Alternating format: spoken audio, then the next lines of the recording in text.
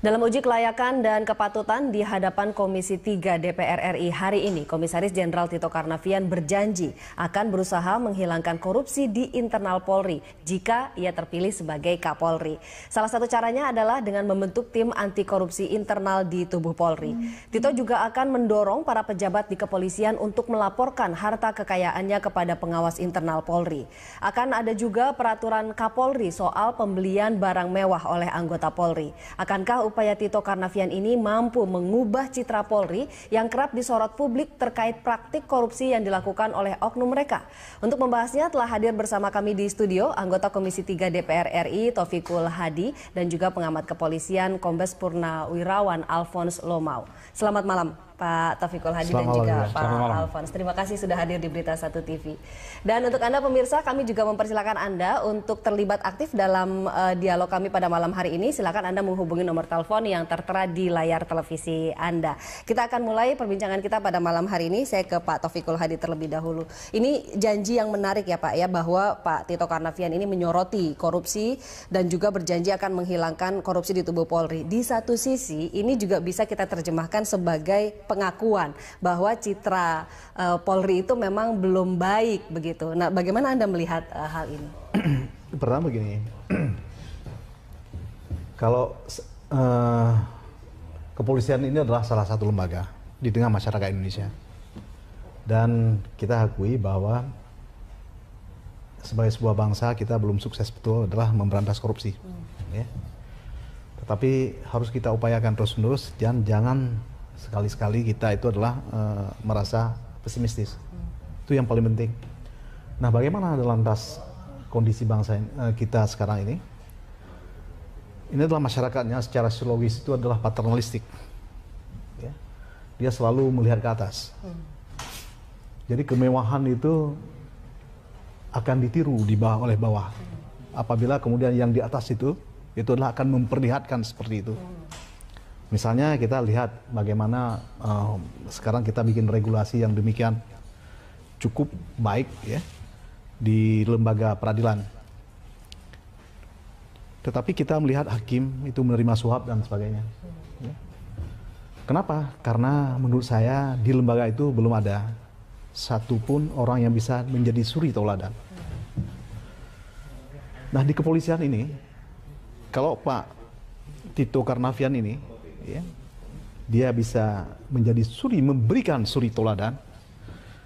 Saya memang tidak ingin mengatakan bahwa itu akan tuntas seperti kita membalikkan tangan.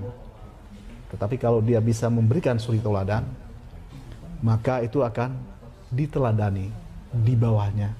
Karena apa? Masyarakat kita ini adalah masyarakat paternalistik. Itu menurut saya. Oke, berarti ini memang satu contoh yang akan jadi satu contoh yang bagus ya begitu Pak Taufikul Hadi. Pak Alphonse, sebetulnya bagaimana menurut pengamatan Anda seberapa parah korupsi di tubuh Polri sehingga menjadi perhatian khusus calon Kapolri? Menurut saya tingkat keparahan agak sulit untuk bisa didiagnosa pada hari ini, karena memang kalau disebut dengan korupsi itu sudah sedemikian parah, karena yang antara tidak korupsi sama yang korupsi tidak juga bisa dibandingkan hari ini. Tetapi menurut saya, kalau Pak Tito sudah mengidentifikasi serup hal korupsi itu harus diberantas dari dalam lingkungan internal, itu merupakan sebuah target yang harus dicapai, yang merupakan tantangan tersendiri. Tetapi menurut saya dalam hal untuk mencapai korupsi bisa diberantas, beliau harus membuka ruang publik selebar-lebarnya untuk menerima pengaduan dari masyarakat. Karena kalau bilang lembaga internal dan sebagainya, tapi kalau lembaga itu apa jeruk makan jeruk, agak tidak mungkin. Tetapi kalau dia membuka ruang publik, semua masyarakat yang minta dilayani, polisi yang minta sesuatu, minta suap, mereka laporkan dan ada ditampung dan ada reaksi untuk antisipasi dan penanggulangan, itu lebih efektif. Karena jumlah masyarakat yang minta pelayanan banyak. Dan mereka adalah mata telinga polisi kalau memang Pak Tito mau ke depan harus lebih baik dan lebih proper gitu. Oke, ini kan berarti hanya terkena divisi-divisi yang bersentuhan langsung dengan publik, dengan masyarakat, divisi-divisi yang terkaitan dengan pelayanan, yang non seperti misalnya SDM, ini kan tidak akan tersentuh kalau begitu Pak?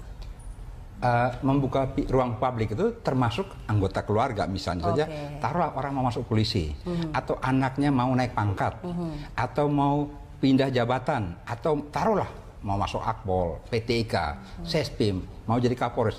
sudah bukan menjadi rahasia umum bahwa berseliweran berbagai informasi harus begini begitu dan sebagainya, sehingga waktu mereka bertugas tuh, wah saya udah mau masuk Sespim ini, jadi saya harus buru-buru dan sebagainya, saya mau masuk Sespimti atau saya mau jadi Kapolres dan harus sebagainya, menyiapkan sejumlah uang, harus seperti itu. Keadaan itu ibarat kentut, banyak orang dalam bus merasa ada bau, tetapi siapa gerangan yang melakukan, karena tidak ada yang saling mau membuka, karena korupsi ini kan suap menyuap, yang ngomong memberikan juga kena, yang menerima juga akan kena, jadi ini cenderung akan tertutup. Oke, dari Komisi 3 sebetulnya sudah tahu kan kondisi yang ada selama ini. Jadi ketika Komjen Tito berbicara sebetulnya juga sudah paham bahwa ini tidak semudah membalikan telapak tangan, tapi memang ada begitu. Bukan tidak ada, memang harus sudah diketahui. Ada sejumlah survei yang dilakukan, misalnya pada tahun 2014 itu KPK itu melakukan survei dan menempatkan lembaga kepolisian ini adalah pada urutan teratas lembaga yang korup. Ya.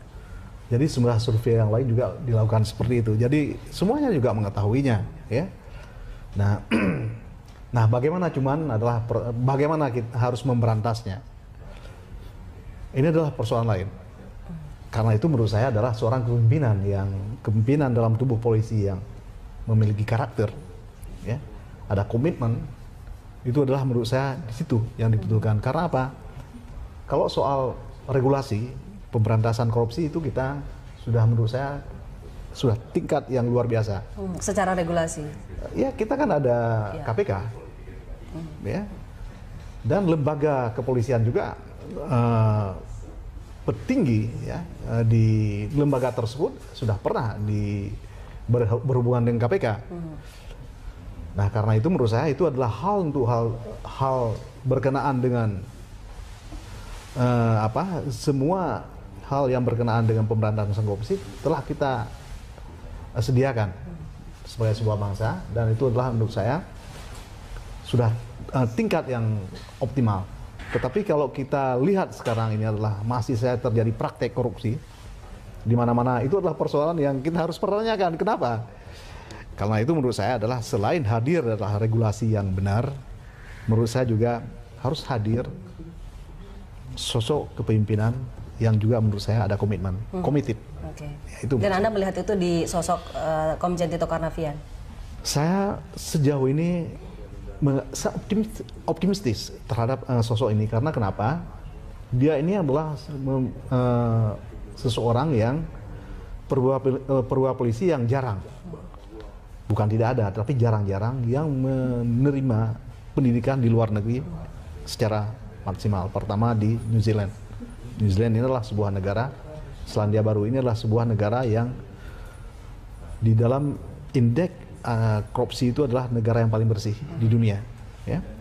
Kemudian Singapura, dia ini memperoleh PhD-nya di Singapura. Jadi dia yang ketiga, dia mengambil itulah disertasinya ini adalah berkenaan dengan bagaimana pengelolaan dan strategi di dalam konteks kepolisian.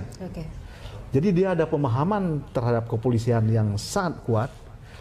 Dia kemudian menimba ilmu di negara-negara yang relatif itu adalah ada jelas sekali itu tentang konsep korupsi. Ini kan konsep korupsi kalau di negara berkembang itu kan tidak terjelas. Selalu itu dikaburkan, ya. Antara misalnya pemberian, ya kan? Yeah. Pemberian itu tidak, dulu saya merasakan bahwa bukan kita rasakan, tetapi kita lihat apakah lantas orang yang duduk-duduk tidak ada pekerjaan, tidak apa-apa, orang itu membawa kepada dia mobil dan sebagainya, tidak. Tetapi selalu dia diberikan sesuatu yang luar biasa itu karena jabatan. Orang mengatakan, saya tidak meminta, itu kan diberikan. Jadi itu adalah menurut saya sesuatu yang memulai sesuatu dengan sesuatu yang salah. Jadi konsep tentang korupsi itu tidak jelas. Kalau konsep tentang korupsi tidak jelas itu, ya seperti itu. Akhirnya kita di Indonesia ini dari tukang parkir sampai ke pimpinan puncak itu tidak memahami lagi yang mana itu adalah konsep tentang demokrasi. Kalau itu kabur, maka tentu saja bagaimana kita ingin menegakkan sesuatu kalau konsepnya saja kabur. Oke. Konsepnya sudah jelas, tapi apakah sampai perlu membentuk tim anti korupsi internal? Kita akan diskusi itu di segmen berikutnya. Pak Taufikul Hadi dan juga Pak Alfons, saya harus jeda dulu. Pemirsa jangan kemana-mana, kami akan kembali.